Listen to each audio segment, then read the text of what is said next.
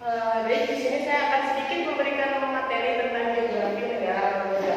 Tapi sebelumnya, sebelum kita masuk ke materi geografi negara Kamboja ini, ada baiknya saya sedikit memberikan gambaran atau profil singkat dari negara Kamboja itu sendiri. Apa sih yang kalian ketahui tentang negara Kamboja? Atau kalau mendengar kata negara Kamboja, apa sih yang terlintas dalam benak kalian? Ayo, apa? Baik, di sini saya akan jelaskan sedikit ya. Negara Kamboja. Negara Kamboja merupakan sebuah negara yang memiliki bendera dengan gambar bangunan yang ada di dalamnya. Jadi negara Kamboja ini merupakan satu-satunya negara yang di benderanya terdapat sebuah gambar bangunan. Jadi kan negara Kamboja itu kan memiliki sebuah bendera tuh. Nah, benderanya kan ada 3 warna, ada warna biru, ada merah, dan ada warna biru lagi. Nah, di dalam benderanya tersebut ada sebuah bangunan. Itu yang menjadi unik atau ciri khas dari negara Kamboja itu sendiri. Dan jadi pertanyaan lagi, bangunan apa sih itu? Kenapa sampai dibuatkan bentuk atau gambarnya dimasukkan ke dalam sebuah bendera gitu, lambang negara sebuah negara? Berarti kan itu sebuah bangunan yang sejarah, unik, atau bentuknya khas gitu. Jadi sedikit mengulas tentang gambar bangunan yang ada di bendera itu. Jadi gambar bangunan itu yaitu memiliki nama Angkor Wat. Angkor Wat itu adalah sebuah kuil atau bangunan yang memiliki nilai yang bersejarah bagi negara Kamboja. Karena kenapa bisa dibilang menjadi sebuah bangunan yang bersejarah? Karena Angkor Wat ini merupakan sebuah bangunan yang diwariskan oleh umat Hindu kepada negara Kamboja atau masyarakat Kamboja itu sendiri. Sebenarnya Angkor Wat ini hampir sama seperti Candi Borobudur. Kalau di Indonesia kita mempunyai Candi Borobudur. Kalau di Kamboja mereka mempunyai Angkor Wat. Apa sih bedanya kesamanya antara Candi Borobudur dengan Angkor Wat ini? Jadi persamaan dari kedua bangunan ini yaitu sama-sama diwariskan oleh ajaran agama Hindu. Angkor Wat juga diwariskan dari ajaran agama Hindu. Begitu pula dengan Candi Borobudur. Jadi kedua bangunan ini memiliki persamaan dalam nilai sejarahnya. Tetapi bedanya kalau di Candi Borobudur kan bangunan Candi Borobudur ini tidak dijadikan sebuah gambarnya, tidak dijadikan di lambang bendera gitu. Tapi kalau di Kamboja Angkor Wat ini dijadikan gambarnya dimasukkan ke dalam sebuah bendera. Itu yang pertama. Uniknya sedikit cerita unik tentang negara Kamboja itu sendiri. Ada juga cerita unik lainnya yang terjadi di negara Kamboja, di mana kalau kita merayakan pergantian tahun, setiap negara merayakan pergantian tahun pasti di awal tahun kan, yaitu Januari 1 Januari atau di perselisihan antara jam 12 Desember sama jam 12 Januari gitu, menuju ke Januari. Nah, biasanya setiap negara akan merayakan di awal tahun gitu. Tapi bedanya di Kamboja ini memiliki keunikan, mereka merayakan tahun baru tidak di awal tahun, tapi di pertengahan bulan April. Kenapa bisa di pertengahan bulan April? Mungkin kenapa dirayakannya di pertengahan bulan April? Mungkin ini dibarengi atau dilaksanakan berbarengan dengan perayaan akhir dari musim panen tradisional negara Kamboja. Jadi perayaan tahun baru dengan perayaan musim panen akhir tradisional di wilayah Kamboja ini menjadi satu gitu, yaitu di pertengahan bulan April. Itu sih yang menjadi unik dari negara Kamboja gitu. Mereka merayakan tahun barunya tidak di awal tahun tetapi di pertengahan bulan April. Selanjutnya negara Kamboja ini juga memiliki julukan. Julukannya cukup ngeri, cukup creepy kalau kita dengar ya. Jadi negara Kamboja ini memiliki sebuah julukan yaitu Hell on Earth, yang artinya neraka dunia. Dari julukannya itu adalah neraka dunia, neraka dunia. Dari julukannya udah ngeri gitu kan, neraka dunia. Kenapa bisa diberikan julukan seperti itu gitu? Apakah Kamboja ini sebegitu mengerikannya sampai diberikan julukan neraka dunia atau Hell on Earth gitu? Sebenarnya julukan ini sudah diberikan sejak dulu gitu, sejak beberapa tahun yang lalu lah kepada negara Kamboja diberi julukan neraka dunia ini. Kenapa? Karena alasannya dahulu kala negara Kamboja ini sempat adanya tragedi pembantaian yang besar-besaran. Jadi beberapa tahun yang lalu mungkin adanya tragedi pembantaian yang terjadi di negara Kamboja dan mengakibatkan banyaknya korban jiwa meninggal dan tewas. Jadi mungkin dari negara-negara lain menjuluki negara Kamboja dengan neraka dunia ini karena terjadinya tragedi pembantaian yang sangat besar itu. Itu sih beberapa keunikan yang ada di negara Kamboja, yang tadi di benderanya ada sebuah bangunan, terus juga perayaan tahun barunya yang terjadi di pertengahan bulan April, serta julukan yang begitu creepy, lumayan creepy karena juga neraka dunia. Itu tadi sedikit gambaran atau profil singkat yang saya berikan kepada Anda. Jadi kalau setelah ada yang bertanya, apa sih yang kamu tahu tentang negara Kamboja? Itu apa sih tentang negara Kamboja? Jadi kalian bisa sedikit menjelaskan gitu ya. Oh iya, aku tahu negara Kamboja. Negara Kamboja itu yang benderanya ada sebuah bangunan kan? Kalian bisa sedikit lah paham mengerti atau gambaran sebuah negara Kamboja itu yang seperti apa. Baik, di sini kita akan masuk ke materi yang akan saya berikan, yaitu geografi negara Kamboja. Pasti yang pertama yang saya akan bahas itu tentang geografinya. Geografi negara Kamboja ini adalah sebuah negara yang terdapat di sebuah benua Asia, lebih tepatnya di benua Asia Tenggara. Kalau di peta dunia di Kamboja di sini, itu negara Kamboja. Luas wilayah negara Kamboja ini adalah sepertiga dari luas wilayah negara Prancis. Jadi luasnya itu sekitar 18.135 kilometer persegi. Luas wilayah negara Kamboja sekitar segini. Adapun batasan-batasan wilayah di negara Kamboja itu sendiri, di sebelah utara negara Kamboja berbatasan dengan Laos dan Thailand. Sedangkan di sebelah timur negara Kamboja berbatasan dengan Vietnam.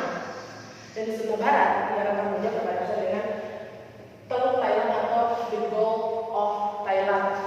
Itu dari batas-batasan negara atau wilayah negara Kamboja itu sendiri.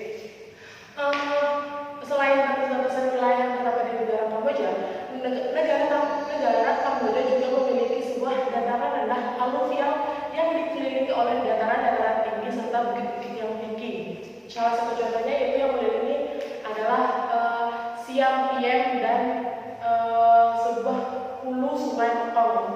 Jadi walaupun negara Kamboja ini memiliki dataran aluvial yang rendah, gitu, tapi dataran aluvial itu banyak dikelilingi oleh dataran-dataran tinggi serta bukit-bukit yang tinggi juga. Bahkan diperkirakan sebuah tinggi dari dataran tinggi, dataran tinggi transisi dari negara Kamboja ini hanya mencapai 200 meter saja. Ini transisi tinggi dari sebuah transisi dari dataran tinggi di negara Kamboja itu sendiri.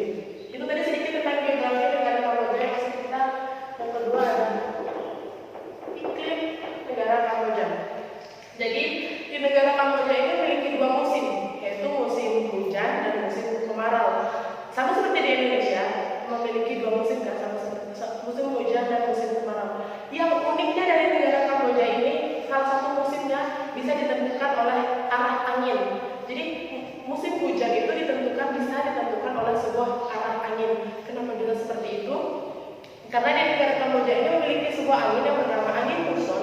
Angin muson ini bisa menentukan sebuah arah musim gitu. Jadi kalau mau musim hujan itu biasanya kita bisa melihatnya dari arah angin ini berjalan gitu.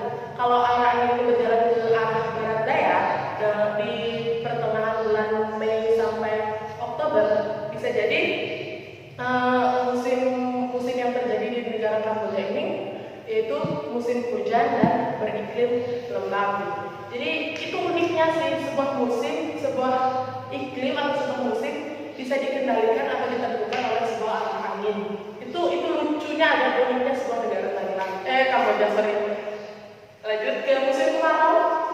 Jika kalian ingin mengetahui musim kemarau di negara Kamboja, kalian bisa melihat pada bulan November sampai bulan April.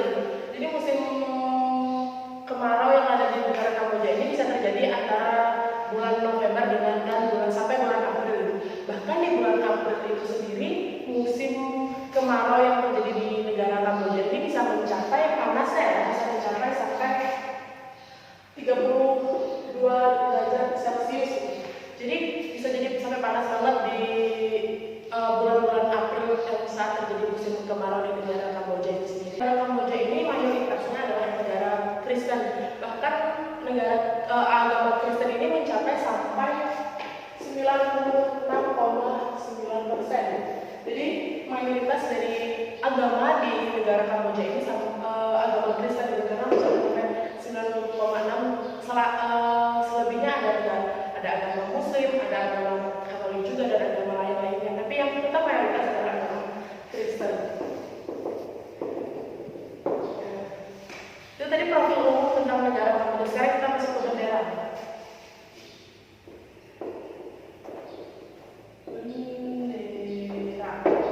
Bendera negara Kamboja. Tadi sedikit saya sudah menyinggung soal bendera negara Kamboja di awal ya. Bagaimana terdapatnya sebuah bangunan tersebut bernama Angkor Wat. Di awal tadi saya sudah sedikit menyinggung tentang bendera negara Kamboja. Tetapi di sini saya akan sedikit membahas tentang arti atau makna dari warna-warna yang ada di bendera negara Kamboja itu sendiri. Kan ada 3 warna tuh, ada biru, ada merah, dan ada biru. Nah, apa sih makna dari semua warna yang ada di bendera negara Kamboja itu? Yang pertama, warna biru. Warna biru ini melambangkan sebuah kerjasama, kebebasan, serta persaudaraan. Jadi di negara Kamboja ini kenapa dijadikan sebuah warna biru di dalam benderanya itu karena mewakili kerjasama, persamaan, serta persaudaraan, kebebasan, serta persaudaraan. Yang kedua ada warna merah, di mana kita tahu bahkan di Indonesia pun benderanya pun menggunakan warna merah, merah putih, di mana warna merah ini melambangkan sebuah keberanian. Sama di Kamboja juga sebuah bendera berwarna merah yang terdapat di bendera Kamboja itu juga melambangkan sebuah keberanian. Jadi sama artinya seperti di bendera Indonesia dan bendera Kamboja yang berwarna merah itu sama artinya, yaitu sebuah keberanian. Nah, yang terakhir ada garis putih yang terdapat di sebuah bangunan Angkor Wat itu. Jadi di bangunan di Angkor Wat itu ada sedikit garis putihnya yang terdapat di dalam bangunan Angkor Wat itu memiliki lambang atau arti, yaitu keadilan warisan dan integritas. Kenapa disebut keadilan warisan? Mungkin cocok juga karena bangunan tersebut kan sebuah warisan yang diturunkan oleh umat Hindu ke negara atau masyarakat Kamboja. Jadi warna putih itu pun ya selain mengandung makna atau arti yang suci gitu ya. Jadi warna garis putih yang terdapat di bangunan sebuah Angkor Wat yang ada di bendera Kamboja itu memiliki arti sebuah keadilan warisan dan integritas. Tadi sedikit tentang bendera negara Kamboja. Yang kelima ada pariwisata.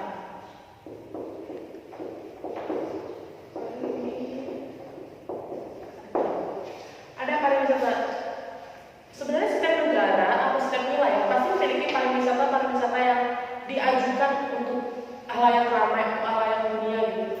Dan Kamboja ini saya akan mengambil hanya 5 pariwisata yang menonjol atau utama yang ada di negara Kamboja.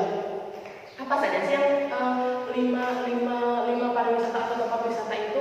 Yang pertama ada Angkor Wat tentu saja. Angkor Wat karena ini adalah sebuah tempat wisata yang paling utama yang harus dikunjungi kalau kalian berkunjung ke negara Kamboja.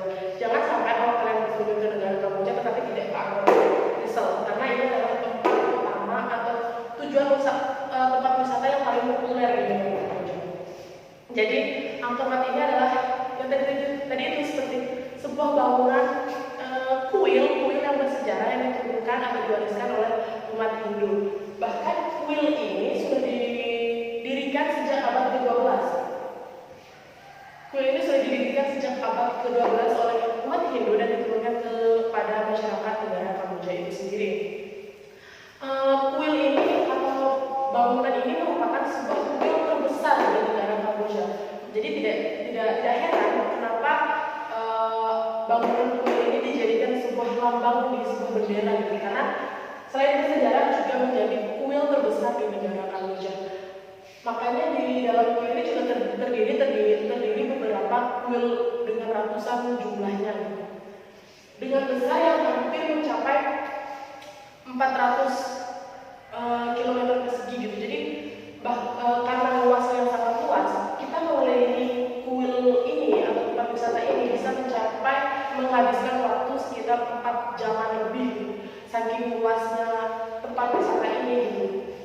Bahkan untuk menuju ke tempat wisata ini, kita harus melewati sebuah jembatan yang panjang karena hanya itu akses satu-satunya untuk menuju sebuah kuil ini. Itu hanya jembatan panjang itu akses menuju utama ke sebuah kuil Angkor ini. Itu tadi sedikit tentang Angkor Wat. Yang kedua, tempat wisatanya ada Istana Raja.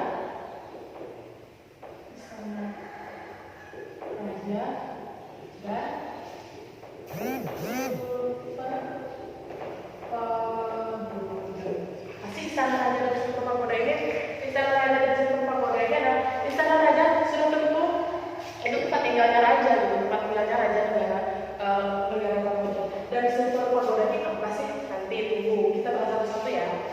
Istana Raja, kenapa ke Kamboja harus ke Istana Raja? Bukannya itu tempatnya tinggal raja? Pasti gitu kan yang kalian pikirkan, salah gitu. Istana Raja ini dibuka untuk umum, dijadikan tempat wisata juga. Jadi kalian bebas ke tempat Istana Raja ini gitu, mengunjunginya, melihatnya, kalian bebas. Kenapa? Mungkin kenapa? Karena keunikan Istana Raja itu sendiri. Jadi Istana Raja ini memiliki keunikan yaitu selain keindahan tentu saja, selain keindahannya dan kemegahan, Istana Raja ini dibangun dan dibentuk khas negara Kamboja. Jadi di tempat lain pasti nggak ada gitu. Pasti yang ada pasti di negara Kamboja ini sendiri. Jadi kenapa kalian harus wajib ke Istana Raja ini saat berkunjung ke Kamboja? Karena bentuk bangunannya yang khas milik dari negara Kamboja itu sendiri.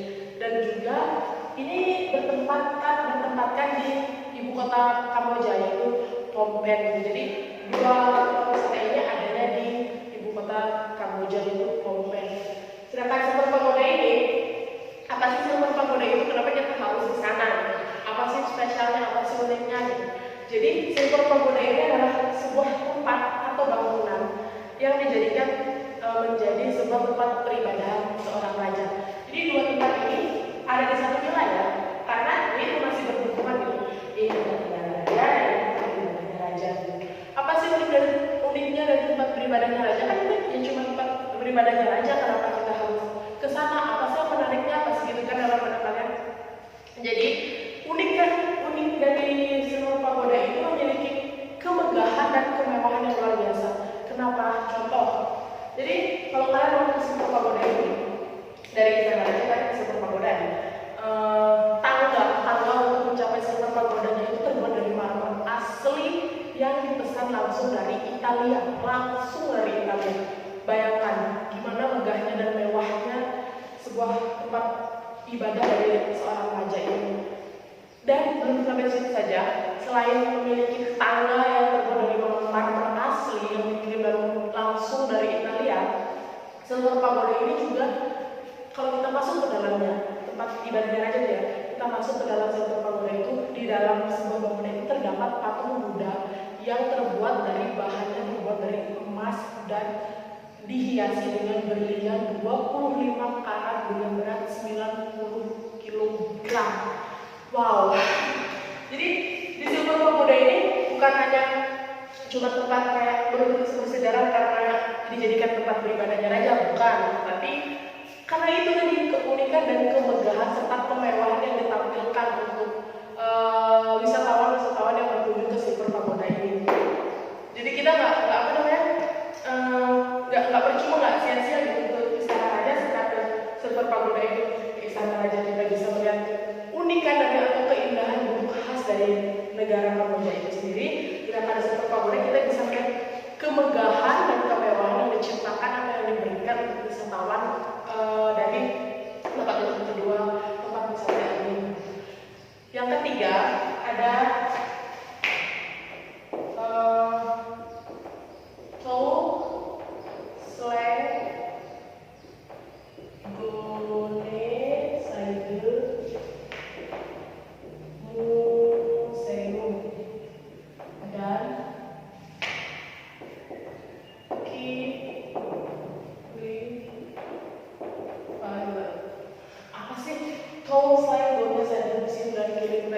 namanya aja udah aneh ya gitu, kayak apa sih itu tempatnya, benar nggak sih tempatnya gitu. Jadi dua tempat ini, Tower Square Golden Side Museum dengan Killing Planet ini masih berhubungan teman-teman, masih nyambung lah gitu. Karena yang pertama, Tower Square Golden Side ini adalah dulunya sebelum saat pemerintahan dari kekaisaran atau kekaisaran Pol Pot itu, dulu Tower Square Golden Side ini adalah sebuah bangunan SMA. Dulunya itu sebuah bangunan SMA, tapi akhirnya dijadikan sebuah penjara dan tempat penyiksaan. Ngeri kan? Jadi Tower Square Golden Side ini dijadikan sebuah penjara dan tempat penyiksaan bagi tahanan-tahanan pada saat pemerintahan dari kekuasaan Pol Pot itu sendiri. Nah, kenapa saya bilang dua tempat ini masih berhubungan? Karena setelah tahanan tersebut ditahan dan disiksa di tempat ini, di Tower Square Golden Side ini, mereka akan dikirim ke tempat pembantaian. Nah, tempat pembantaian ini bernama Killing Planet. Jadi kalian udah ditahan, udah disiksa, tapi akhirnya kalian dibantai atau dibunuh di tempat yang bernama Killing Planet itu. Tapi akhirnya sampai sekarang dua tempat ini pun dijadikan tempat wisata gitu. Jadi yang punya adrenalin yang tinggi atau memacu adrenalin yang punya keberanian, kalian bisa datang ke tempat ini karena pasti seru. Karena apalagi di Killing Planet ini, kalau kita ke museum kan pasti ada museum atau barang-barang yang ditampilkan dan ditunjukkan gitu. Sama seperti di Killing Planet ini, tetapi bukan barang-barang sejarah, tapi yang ditampilkan di Killing Planet ini adalah sebuah tengkorak-tengkorak dari sisa-sisa kekejaman dari kekuasaan Pol Pot itu sendiri. Jadi kayak mana ya, tengkorak-tengkoraknya itu tuh dipajang di sebuah lemari kaca.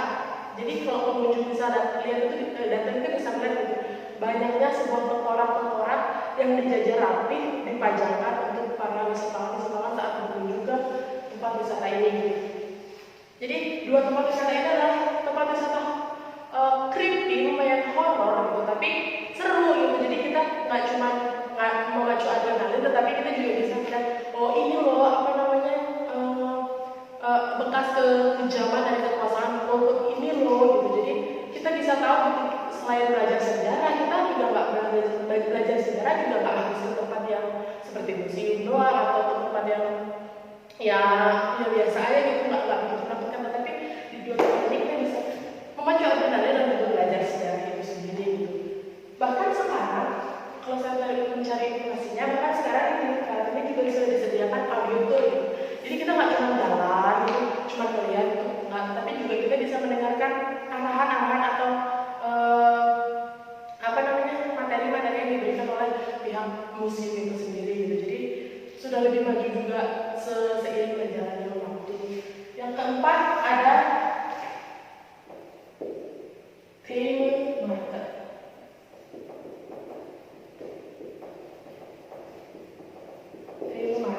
Apa sih tema market ini? Dari market itu kelihatan ya. Jadi ini tuh surganya bagi pecinta belanja. Sebenarnya tema market ini bukan sebuah mall atau supermarket yang dingin gitu, yang gede gitu, enggak. Tema market ini adalah sebuah pasar yang ada di Kamboja, tetapi pasar ini sangat ramai dikunjungi gitu. Karena di tema market ini juga banyak menjual barang-barang atau pernak-pernik buah tangan atau oleh-oleh yang dapat kita beli, wisatawan beli untuk dijadikan buah tangan untuk keluarga di rumah itu. Jadi bagi pencinta belanja, tema market ini walaupun cuma sebuah pasar tradisional yang ada di Thailand, Kamboja, tetapi memiliki barang-barang dan buah tangan yang lengkap, seperti contohnya batu-batu mutia yang dikerjakan atau dikerjakan dan dilakukan oleh masyarakat Kamboja. Jadi asli dari kerajinan tangan yang dibuat oleh masyarakat Kamboja itu sendiri. Sebenarnya bukan cuma barang-barang atau souvenir yang dapat kalian beli, karena namanya pasar ya, pasti pasar itu ada buah-buahannya, ada sayurannya, ada daging-dagingnya juga gitu. Jadi lengkap, sangat-sangat lengkap di Thai Market ini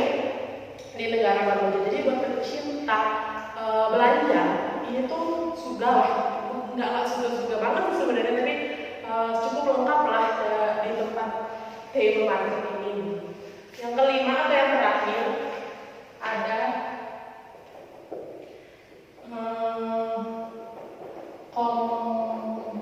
Komsom. Sebenarnya nama Kamboja nggak susah, tapi nama lain dari nama tempat wisata ini adalah Komsom. Komsom itu apa sih? Jadi Komsom ini bisa dikatakan Balinya Kerajaan Kamboja. Kenapa sih bisa disebut sebagai Balinya Kerajaan Kamboja? Apa bedanya sama Bali di yang ada di Indonesia gitu? Kenapa bisa disebut Balinya negara Kamboja gitu? Jadi Komsom ini adalah sebuah pantai. Dia adalah sebuah pantai sama seperti di Bali gitu. Di mana pantai Komsom ini memiliki air laut yang jernih, air pantai yang jernih gitu, dan memiliki pasir putih yang membentang di sekitarnya gitu. Bahkan di Komsom ini, kalau kita berkunjung ke Komsom ini, kita nggak cuma ke satu pantai gitu, tapi di dalamnya terdapat beberapa pantai. Jadi kita nggak cuma di satu pantai, nggak bosan gitu di satu pantai ini, bisa ke pantai ini atau di satu pantai ini. Jadi ada beberapa pantai, makanya kenapa dijuluki sebagai Balinya Kerajaan Kamboja, karena hampir sama view-nya, pantainya gitu. Jadi hampir sama seperti di Indonesia gitu. Makanya disebut sebagai Balinya Kerajaan Kamboja. Itu tadi sedikit tentang pariwisata. Yang terakhir ada yang keenam, poin kelima ada flora dan fauna. Nah, flora dan fauna kalian bisa lihat di sini. Ini adalah sebagian kecil dari flora dan fauna yang ada di negara Kamboja. Karena jujur, sebenarnya banyak flora dan fauna di negara Kamboja, tetapi untuk pembahasannya dia sedikit gitu, agak susah gitu mencari tentang flora dan fauna negara Kamboja. Sebenarnya banyak.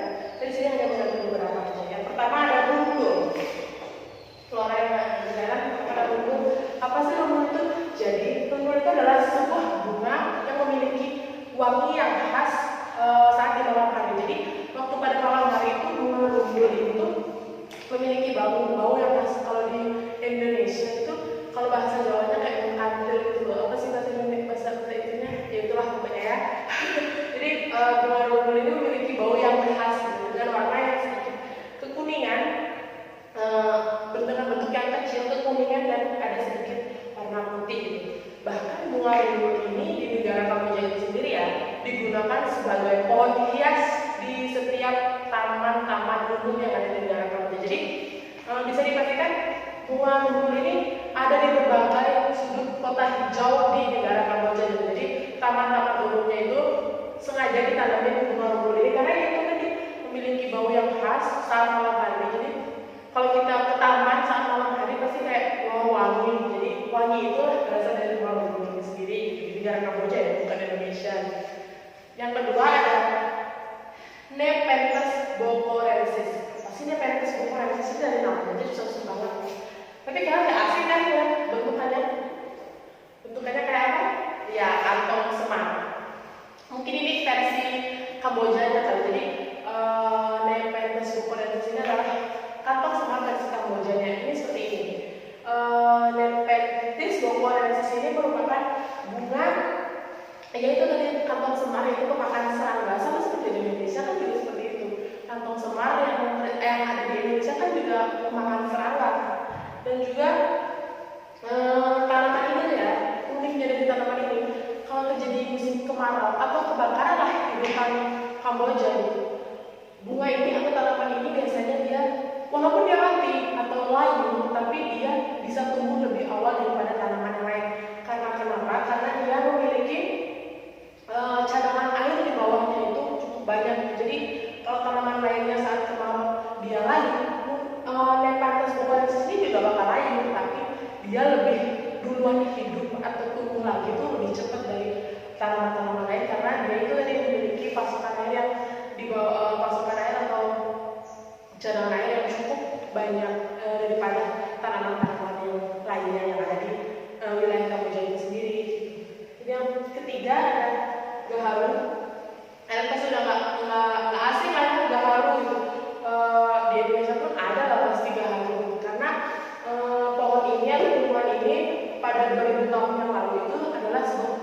tumbuhan yang berharga.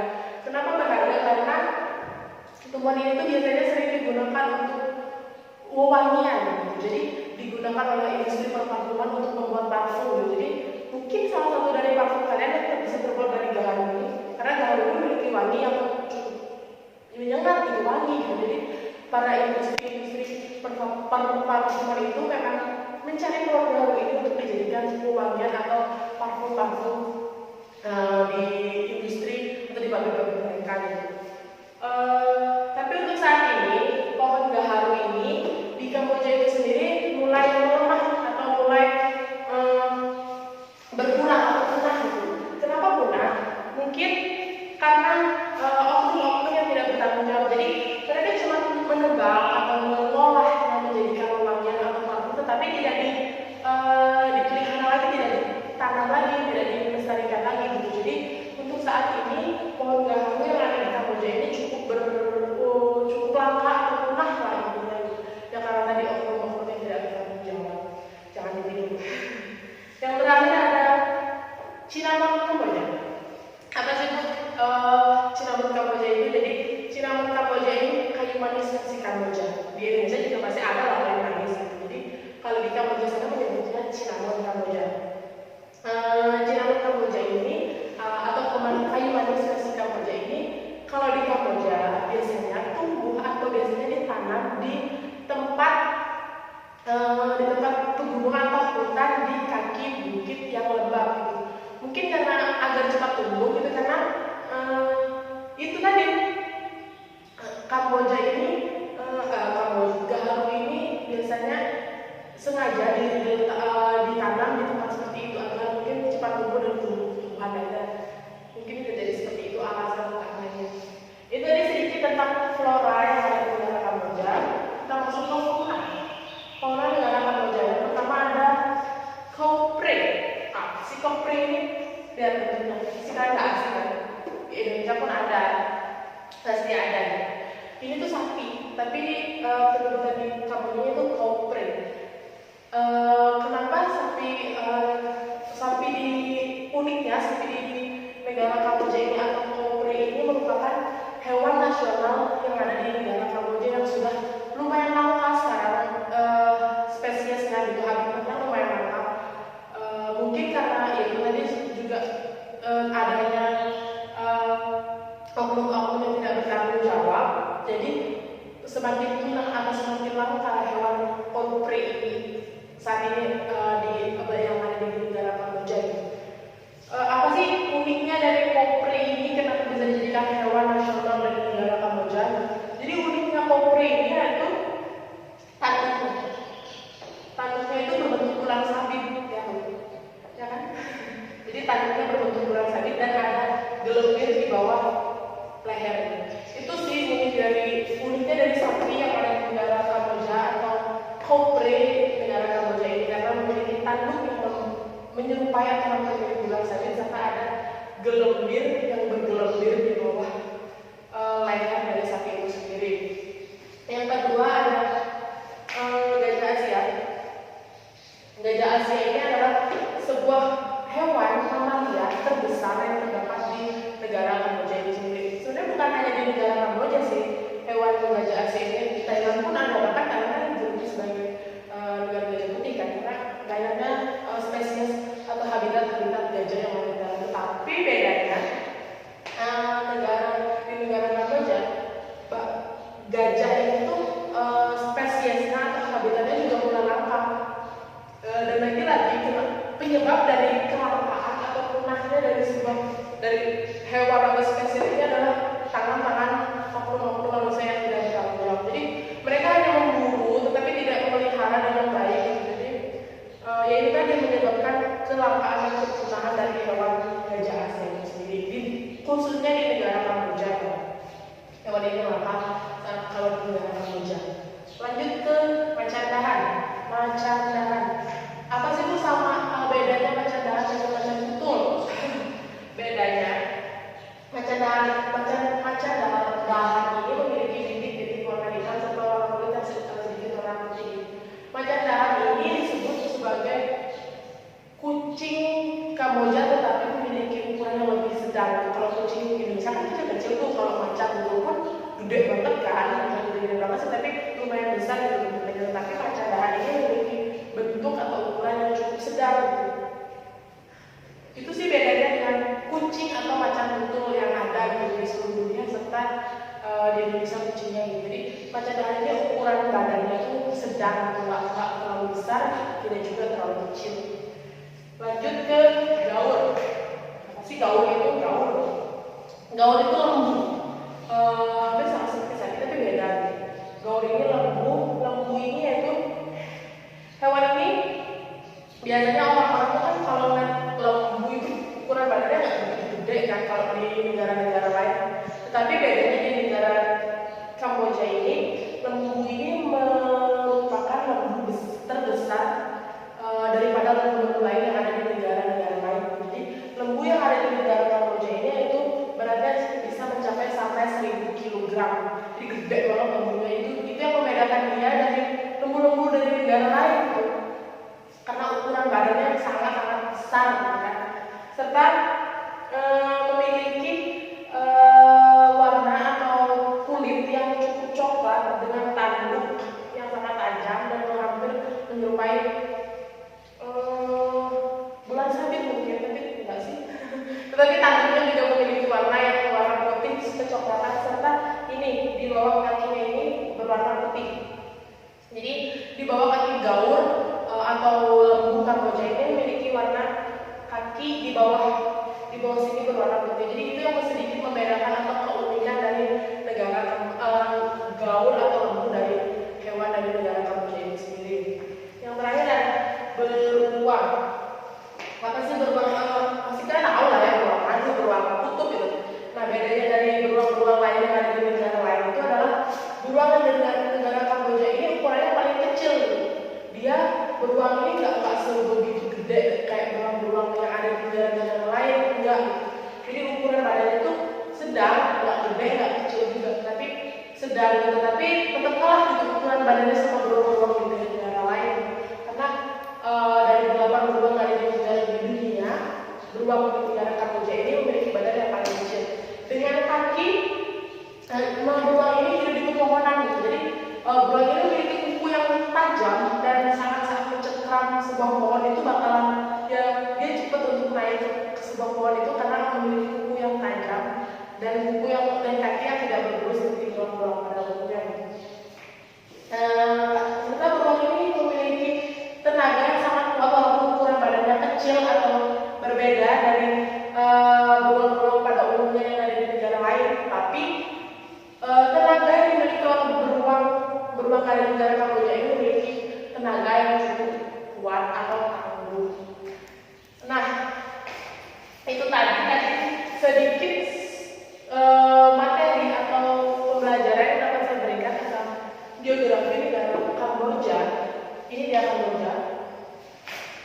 Ini sedikit gambaran peta negara Kamboja serta sedikit flora fauna yang akan saya berikan penjelasan sedikit tentang flora fauna yang ada di negara Kamboja.